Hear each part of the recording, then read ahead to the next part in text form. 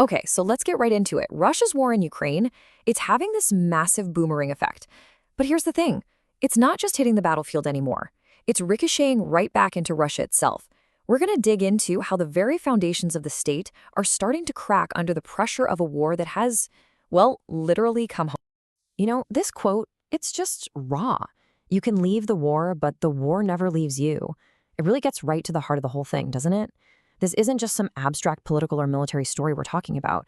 No, this is about a deep human trauma that's now spreading like a virus through Russian society. And that's the core of it, really. The invasion of Ukraine has basically uncorked a bottle of something the Kremlin just can't get back in. These forces, they're now starting to eat away at the Russian state from the inside out. All right, so first up, let's talk about the most immediate impact.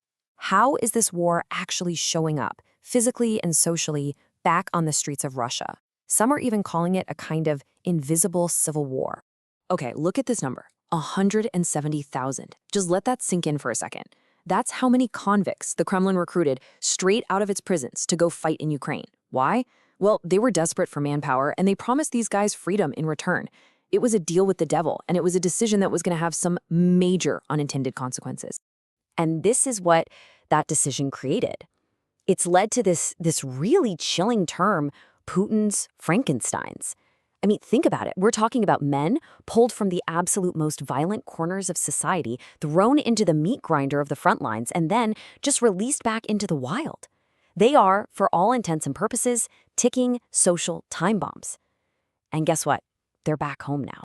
And the data, well, the data speaks for itself. It paints a really grim picture. We're looking at nearly 8,000 returning soldiers charged with murder or aggravated assault in just the last few years. And they're responsible for at least 551 deaths inside Russia. There's no other way to say it. The violence of the front line has absolutely spilled over. But it's not just this social violence. The war itself is coming home in a much more direct way. Just look at this timeline. This is a wild 48-hour period.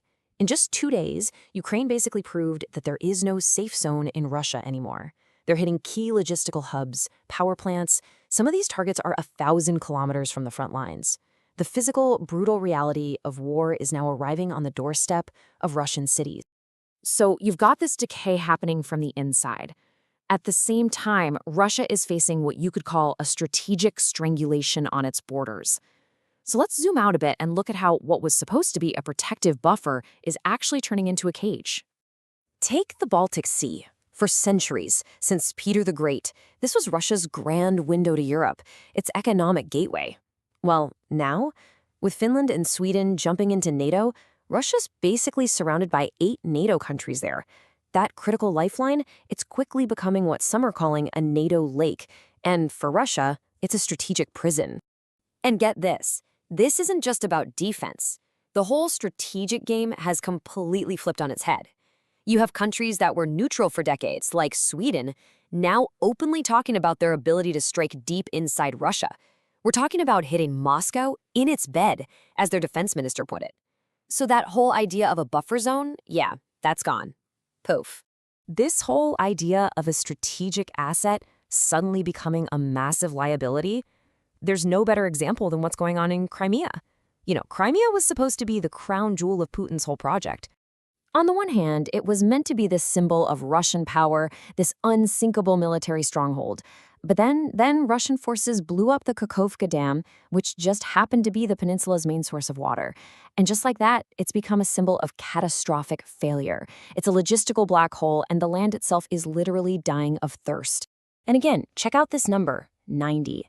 And this isn't Ukrainian propaganda. This is coming from Russia's own occupation administration. They're admitting that Crimea has maybe 90 days of water left. This isn't some far-off problem. It's happening right now. You've got 77 towns and villages that are already on emergency water rations, being supplied by truck. And that creates a huge military headache. It's a complete logistical nightmare. Think about it. Every single truck that's carrying water to Crimea is a truck that isn't carrying fuel or ammo to the front lines. It is a classic, self-inflicted wound, and it's bleeding critical resources away from the war effort every single day. Okay, so let's recap. We've got a crisis on the home front, a crisis on the borders, and a logistical crisis.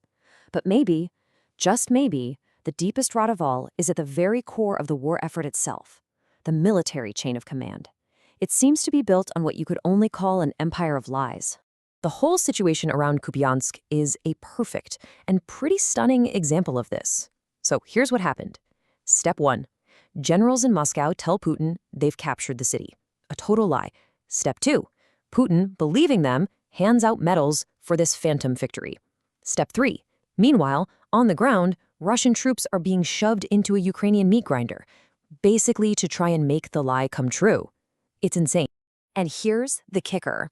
The lie was so bad, so obvious, that the Kremlin's own cheerleaders, these super influential pro-war military bloggers, started calling it out.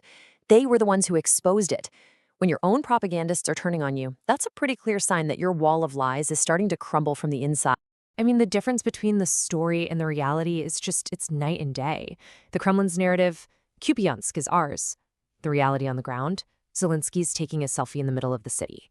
The Kremlin says minimal losses. Reality, over 1,000 Russian soldiers were killed. Strategic advance versus troops trapped and getting decimated by drones. You just can't make this stuff up. All right, so when you pull all these different threads together, the social breakdown, the strategic cage closing in, the logistical nightmares, the command structure built on lies, a really clear picture starts to emerge. And that picture is of a bear caught in a trap that it built for itself. So let's just break it down. You've got social collapse with a traumatized population and a broken legal system. You've got strategic encirclement surrounded by a newly aggressive NATO. You've got a logistical nightmare where key assets like Crimea have become these massive burdens. And you've got a total command failure, an empire of lies that's deceiving its own leadership. It's not just one thing going wrong. It's a cascading failure across the board. So what all of this seems to point to is a system that's truly caught in a trap of its own making, a system that's unraveling from within. The consequences of that are going to be, well, they're going to be severe. And that leaves us with one big final question. Who is ultimately going to pay the price for all this?